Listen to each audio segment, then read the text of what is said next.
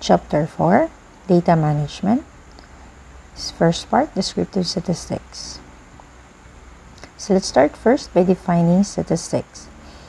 So statistics is a branch of mathematics that deals with data collection, organization, analysis, interpretation, and presentation. So basically, it's a process. It involves data collection, which is the procedure of collecting, measuring, and analyzing accurate insights for research using standard validated techniques like surveys and interview. Then we have data organization. Refers to the method of classifying and organizing data sets to make them more useful. It can be applied to physical records or digital records. One example is a frequency distribution table, which we will discuss further in the later part of the chapter. Next, data analysis. It is a process of inspecting, cleansing, transforming, and modeling data with the goal of discovering useful information, informing conclusions, and supporting decision making. This is the procedure of performing statistical operations like measures of central tendencies, the mean, median, and mode. Next is interpretation of data, which is the process of assigning meaning to the collected information and determining the conclusions, significance, and implications of the findings. This involves taking the result of data analysis to arrive at a relevant conclusion. Lastly, presentation of data refers to the organization of data into tables, graphs, or charts so that logical and statistical conclusion can be derived from the collected measurements. Presenting data involves the use of different graphical techniques to visually show the audience the relationship between different data sets or emphasize the nature of a particular aspects of data. There are two types of statistical methods, descriptive and inferential statistics. Descriptive gives us information to help describe the characteristic of a specific data set by giving short summaries about the sample and measures of the data. So basically, the goal is to describe. While inferential statistics help suggest explanation for situations or phenomenon. It allows one to make inferences or generalization about the population. Sometimes it is used to forecast. Next, let's look at some basic statistical concepts. A population consists of the totality of the observation, and sample is part of the population. A population does not only refer to people. It can be objects, events, procedure, and observations.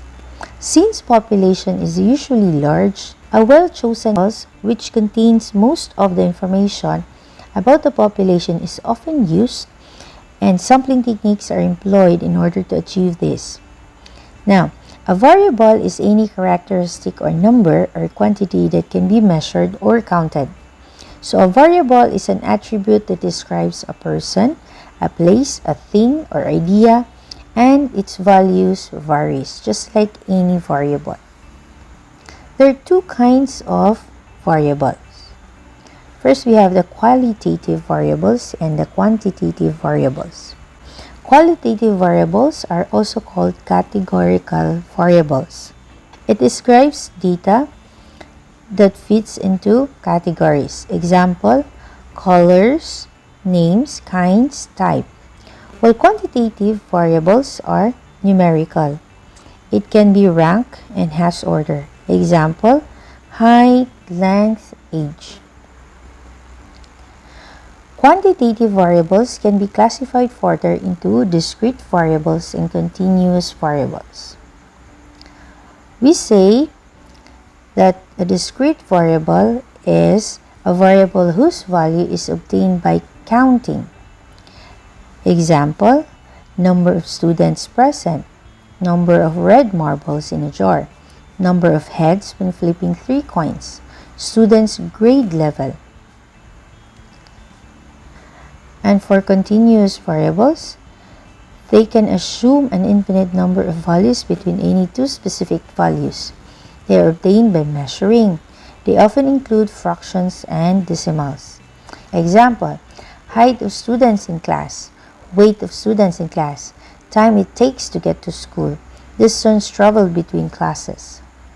Then we have two types of statistical data. First, you have the numerical data.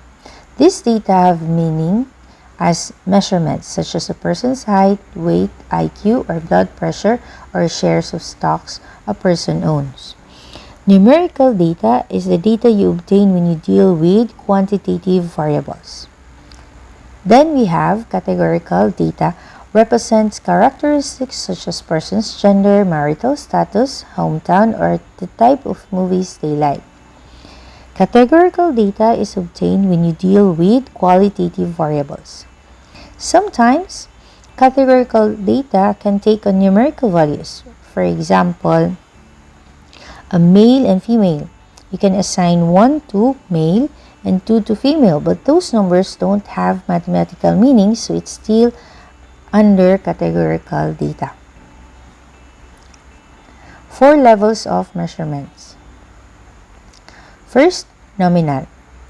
Nominal data are used to label variables without quantitative value. Example, colors of eyes, a yes or no response to a survey, or your favorite color. Second, ordinal. Ordinal data is a categorical where the variables have natural, ordered categories and the distances between the categories is not known.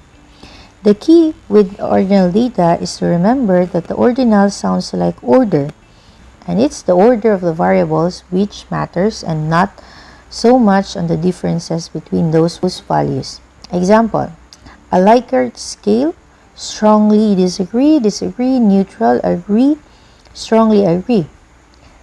Rank in a game, or socioeconomic status, poor, middle class, rich. Third is interval. It deals with data that can be ordered and in which differences between the data make sense. Example, Celsius, temperature. The data in this level has no starting point. That would mean that there is no true zero because a true zero has no value, nothing. But 0 degrees Celsius definitely has value. It is quite chilly. And you can also have negative numbers. Other examples, IQ or the intelligence scale, and time on a clock. Lastly, the fourth one is the ratio. It is the highest level of measurement.